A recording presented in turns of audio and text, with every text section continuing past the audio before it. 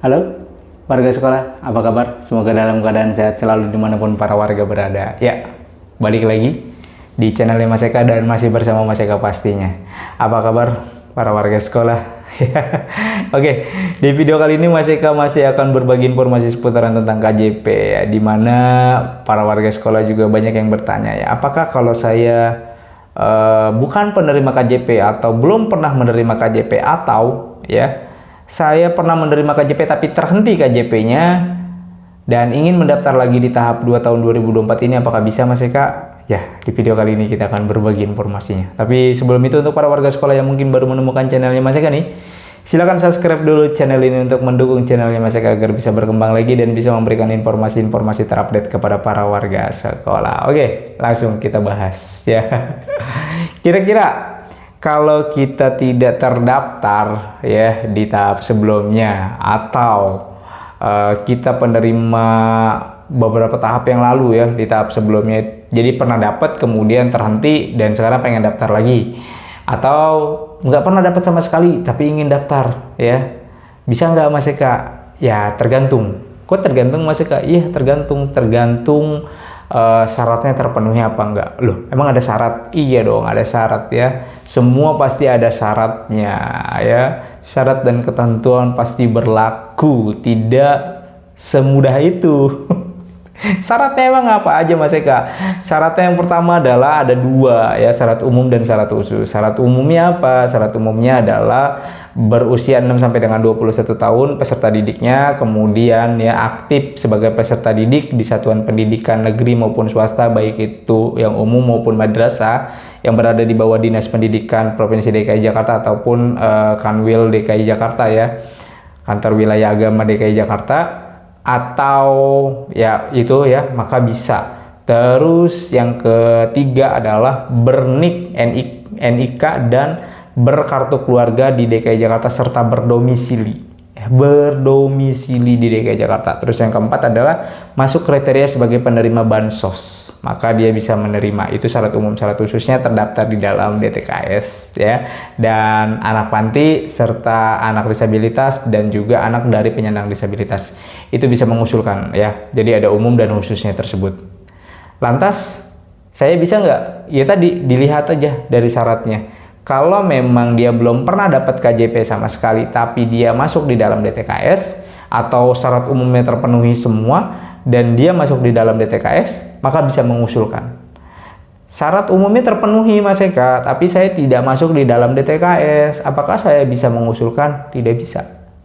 Lantas saya mau daftar DTKS saya kemana? Nah, kalau DTKS silakan ditanyakan ke pendamping sosial yang berada di kelurahannya. Jangan nanya ke sekolah, karena kalau nanya ke sekolah soal seputaran DTKS, semua nggak ada yang tahu, pasti bingung jawabnya sekolah DTKS apa. Karena sekolah fungsinya adalah sebagai tempat pembelajaran, bukan tempat data terpadu kesejahteraan sosial. Namanya aja tempat data terpadu kesejahteraan sosial, data terpadu kesejahteraan sosial. Adanya di dinas sosial, nanyanya ke dinas sosial kalau perihal DTKS. Jangan sampai salah nanya gitu ya. Maksudnya pengen daftar KJP tapi nanyanya ke kelurahan.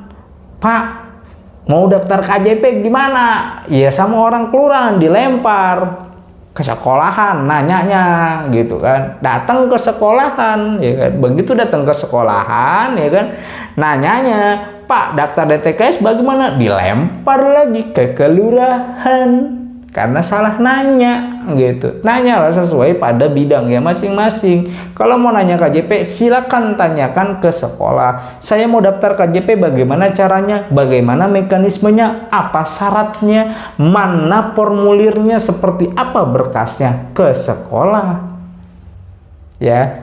Saya mau daftar DTKS Pak, DTKS saya belum masuk penetapan, DTKS saya masih musyawarah aja, bagaimana cara daftar DTKS, kapan DTKS dibuka? Tanya ke pendamping sosial yang berada di kelurahan, jangan nanya ke sekolah.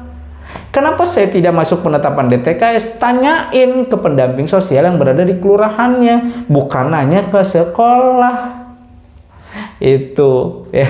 Karena banyak banget dibalik-balik ya. Orang kelurahan ngelempar ke sekolah, orang sekolah ngelempar ke kelurahan, akhirnya lempar-lemparan, orang tua, wali murid, kemudian warga sekolah jadi kayak bola pingpong. Ya salah warga sekolahnya juga.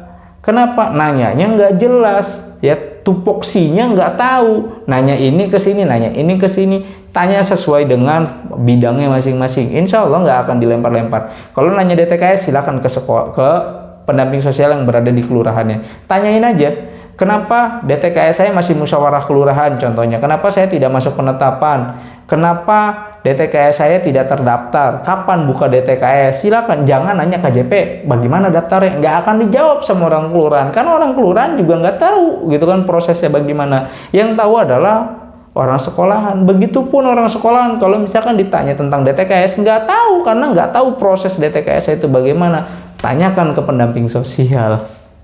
Gitu. Jadi kalau nggak terdaftar di dalam DTKS, ya nggak bisa. Kalau mau daftar DTKS bagaimana? Tanyakan ke pendamping sosialnya di kelurahannya masing-masing, gitu ya. Saya penerima sebelumnya 2 tahun yang lalu pernah dapat Mas Eka KJP nih, ya. Terus terhenti KJP saya tuh, ya. Udah 1 tahun ini KJP saya terhenti, 2 tahap ini terhenti. Saya terdaftar Mas Eka di dalam DTKS. Apakah saya boleh mendaftar KJP di tahun 2024 tahap 2 ini? Boleh. Karena kan syaratnya terdaftar di dalam DTKS. Tidak ada bunyi syaratnya di situ penerima sebelumnya. Tidak ada. Kecuali nggak tahu ya, nanti tiba-tiba pada saat pendataan muncul di situ bagi yang sudah terdaftar saja. Biar meledak lagi aja, udah kayak tahun 2024 tahap 1 kemarin ya. Disosialisasi bilangnya boleh mengusulkan, ternyata di ujung pada saat eksekusinya hanya penerima sebelumnya saja. Yang disalahin siapa? Sekolah lagi. Yang disalahin siapa? Teman-teman di sekolah lagi. Yang jadi dimaki-maki sama orang tua murid, para wali murid siapa? Teman-teman operator di sekolahan lagi. Jadi Mas Eka juga di sini menjelaskan ya, memberikan penjelasannya bahwa tugasnya di sekolah itu hanya memverifikasi dan mengusulkan, titik, selesai sampai di situ. Para warga sekolah itu yang harus para warga sekolah ketahuin. Kasihan beneran teman-teman di sekolahan itu pasti dijadikan benturan lagi. Karena apa? Karena yang paling terdepan ya teman-teman yang ada di sekolahan ini, ya. Para warga sekolahnya bertemu dengan petugas di sekolah, ya udah. Sementara teman-teman P4OP, teman-teman dinas itu kan ada di belakang. Tidak langsung berhadapan seperti ini. Yang berhadapan langsung adalah teman-teman yang ada di sekolahan. Nah, ketika informasinya ini miskomunikasi, disosialisasikan, dibilangkan, misalkan disampaikan ke sekolah-sekolah bahwa ya yang boleh mengusulkan adalah sesuai dengan syaratnya, yang penting terdaftar di dalam DTKS. Tapi nanti ketika pelaksanaan ternyata hanya penerima sebelumnya aja, bukan salah sekolah. Ya, bukan salah sekolah. Kalau seperti itu, sekolah hanya menjalankan ya mintanya di akhirnya seperti itu, ya mau sekolah mau gimana lagi? Karena di tahap 1 tahun 2024 kemarin seperti itu gitu kan. Akhirnya apa? Penerima-penerima yang sudah mengumpulkan ya, yang terdaftar di DTKS tidak bisa diusulkan di website, itu tidak bisa dimasukin, di input nikit tidak muncul. Terus yang disalahin siapa? Lagi-lagi orang tua murid datang ke sekolahnya, ya, warga sekolah datang ke sekolahnya. Kok saya sudah mengumpulkan tapi tidak bisa? Ya, sekolah hanya memberi penjelasan, nggak bisa diinput.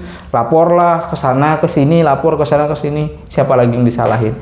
Dibalikan lagi, tanya sekolahnya mengusulkan atau tidak. Gitu. Padahal sekolah sudah dengan waktu yang sangat mepet, kemudian juga sistem yang amburadul parah banget gitu ya, down terus, tiap mau nginput dan segala macem. Lagi-lagi teman-teman di sekolah. Mudah-mudahan ini tidak terjadi di tahun 2024 tahap 2 ini. Memang sesuai dengan apa yang sudah disampaikan bahwa yang bisa mendaftar adalah yang terdaftar di DTKS. Jangan nanti berubah di ujung. Kalau berubah di ujung, sekali lagi ini bukan salah sekolah, ya.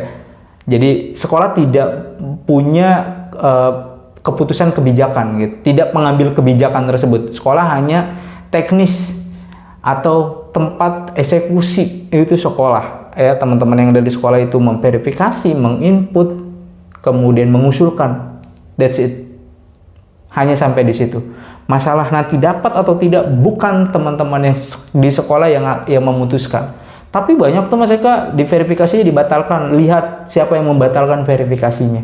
Ya, kalau memang nanti sekolah yang membatalkan verifikasinya pasti di sekolah punya alasan. Contohnya kayak misalkan tadi alpanya banyak ya. Alpanya banyak, ada laporan dari orang tua, dari wali kelas, ya bisa dicoret. Ya karena alpanya banyak. Kan alpa itu salah satu yang tidak boleh dilanggar oleh penerima KJP. Jadi kalau memang sudah alpanya banyak ya nggak bisa diusulkan gitu. Nah, kalau alasannya listrik 1.300, kalau alasannya lain-lain segala macam yang kaitannya dengan dinas sosial, coba ditanyakan ke dinas sosialnya, ya, gitu. Jadi sekolah tidak tidak punya kuasa, ya. Sekolah hanya mengusulkan, memverifikasi, dan ya udah, mengusulkan, memverifikasi dan menginput. Selebihnya dinas akan memverifikasi ulang, kemudian nanti akan ditetapkan oleh Kepala Dinas Pendidikan DKI Jakarta. Baru nanti bisa di SK-kan gubernurnya, baru masuk dalam penerima KJP Plus tahap 2 tahun 2024. Jadi untuk para warga sekolah, sekali lagi, yang memang belum pernah dapat dan atau yang sudah dapat atau yang ingin dapat lagi tapi tidak terdaftar di DTKS, maka dia tidak bisa. Kuncinya adalah terdaftar di DTKS. Nah, kalau misalkan nanti di ujung ya pada saat eksekusi nih penginputannya untuk yang SD mulai tanggal 11 nanti, kemudian yang SMP-nya itu tanggal 19 kalau tidak salah ya. Terus SMA-nya itu tanggal 26 kalau tidak salah. Itu kalau misalkan nanti eksekusinya wajib terdaftar atau penerima sebelumnya, ya nggak tahu ya. Mudah-mudahan tidak terjadi lagi seperti itu atau tidak terjadi miskom lagi seperti itu.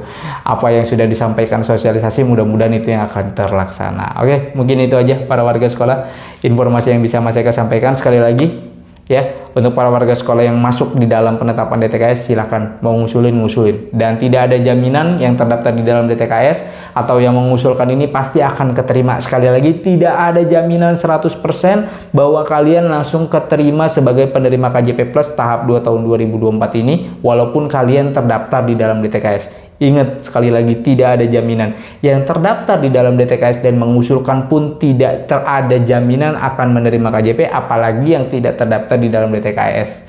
Ya, jadi seperti itu para warga sekolah. Oke, Mas Eka undur diri. Sampai jumpa di konten berikutnya. Wassalamualaikum warahmatullahi wabarakatuh.